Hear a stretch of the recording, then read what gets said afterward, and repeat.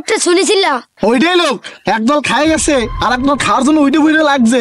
ওইটা তো হ্যাঁ, আমি ওইটা ভালো করে শুনেছি। হায় হায় হায়, চলো ইমরানের দোকানে আজারের মাহফিল হইতেছে, চলো শুনে আসি। চলো তাইলে তাই, চা খাবন। চলো। আবার গা গরম বানাই ফেলা মানে মাহফিল শুনে।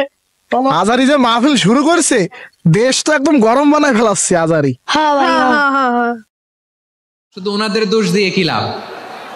একদল খাইছে আর একদল খাওয়ার জন্য রেডি হয়ে আছে। আমরা এরকম চাই না। আমরা চাই স্বাধীন সার্বভৌম বাংলাদেশ। চোখে দেখলে ওটা মানুষ না। চিন্তা করছেন?